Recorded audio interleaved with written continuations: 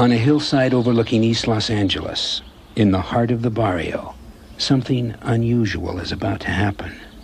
Rolling. We're rolling. A Hollywood film crew has arrived to shoot a new motion picture.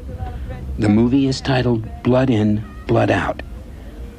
It's produced and directed by Taylor Hackford, who produced La Bamba and directed An Officer and a Gentleman. This has been the most passionate film project of my life. Forget the dolly, let's do it. I was putting myself on the line and taking a lot of chances. And because of that, I felt alive and more committed than I ever have before. And action! This film is about family. It's about these three young men, two half-brothers and a cousin.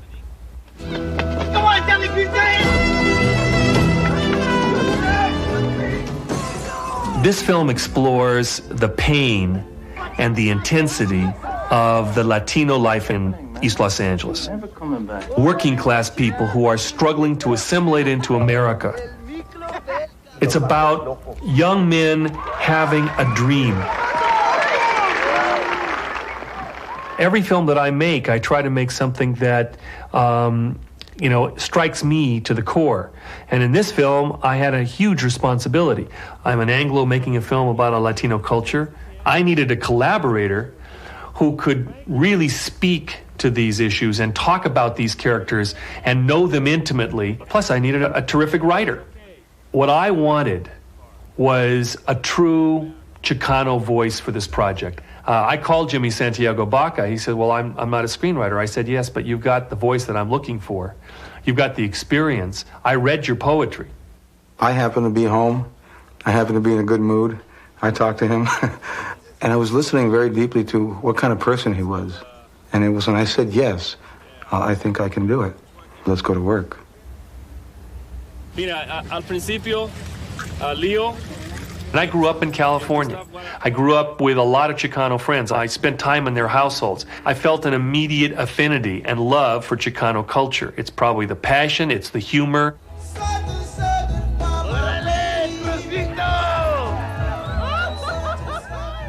East Los Angeles is the biggest barrio in the United States.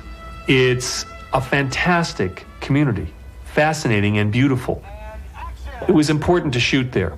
And it was important for us to be part of that community. Now he finishes, he walks back in here and says his line. This is a piece that comes with a lot of sincerity and a great deal of commitment on the part of the filmmakers. And at the same time, from Jimmy's pen, he's writing about true events, true situations, real life. Jimmy Baca lived all the experiences in this film. I'm all three of these characters. Hey, life's a risk, carnal.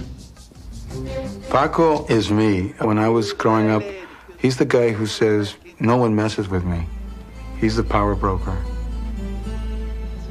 He changes because he realizes that whatever it is that he's doing, if it begins to kill the children, it's got to stop. Cruz is the painter. He interprets the mythology of the barrio through his murals and his painting. He's the one that gives meaning to our path in this life. He's the interpreter of dreams. Miklo is the person who always wants to be accepted, who wants to be in. He has a white father and a Mexican mother. Since he's been ostracized, he creates his own family, and he finds that he's got to create that family in the worst of places, in prison. What Jimmy Baca embodied in this script are characters that we can get to know. We can understand their motivations and their pain and their frustrations, and at the same time, their passions. Patos locos forever. Forever! These three kids' lives, when they wake up in the morning, anything could happen, and death is around every corner. You see, existence in their life is not broad. It doesn't take on tomorrow. Only thing that counts is today.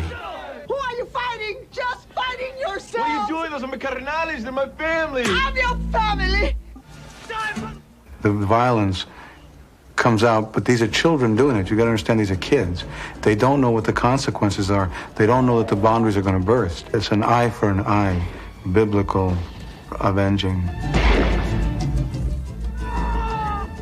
The three brothers in this film go through drastic changes in their lives.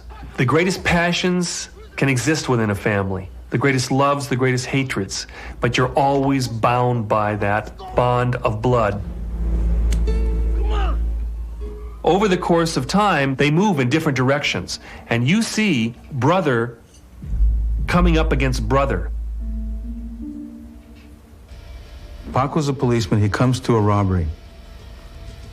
Miklo is one of the masked robbers.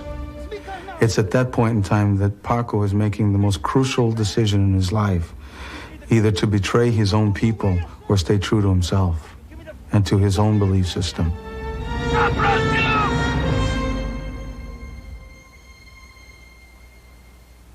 I was one of those kids. That's what's so painful. I was the kid on the corner. I'm the guy in prison who went through the gangs. I'm the guy who witnessed the injustices. I was the guy who raged and hated. I was so horrified by what was going on that I repeated over and over and over again that I will tell the world what's happening in here. I will say it in my writing and my poetry. I will tell somebody. Someone's got to know about it. That's why your parole is so important. You've got to prove there's another way.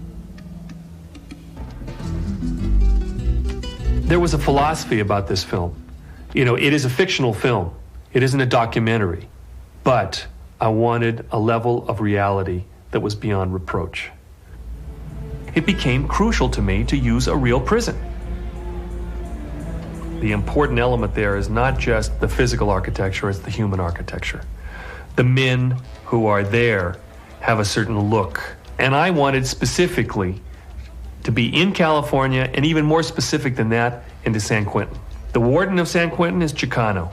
His name is Daniel Vasquez. And when I went there and asked permission, he said, "Let me read the script." Gave him the script, and he looked at it and he came back and said, "Who wrote this? This is real. I don't know where you got this information, but this is real." And because of that, he let us in. When I put the actors in with you guys, You walk through the gates and they make you sign something that says, "We do not have a hostage policy here." That means you go in at your own risk. It's a sobering responsibility. I know the danger of it, and I didn't soft pedal that to the crew. We never had an incident. We shot there for 5.5 weeks, and it was an incredible experience. And I know the reality is on the screen. When you're inside those prison walls and you see those men's faces, there's only 8 actors. All the rest are real inmates. I don't think that this film has followed the footsteps of any film before it. I don't think it has predecessors. I think that what Taylor Hackford did as a director was leap into this arena of fire. It could have been easy to follow some sort of recipe, but we didn't. We were truly following the heartbeat of East LA. Because we're from East Los, ese. The film is about revelation and forgiveness. It's someone forgiving another person for hurting them, and it's someone else revealing to that person their weakness. At the very end, we're looking at a man weeping who hasn't wept. We're looking at a man talking who hasn't talked. We're looking at 2 brothers embracing who haven't embraced. What's important at the end of this film is that you see characters that have gone through and survived. They've come out on the other end, and the healing can begin. We are in this boat together. We must discover each other's cultures in this country, as we always have, in order to survive. This film can be a step in that direction.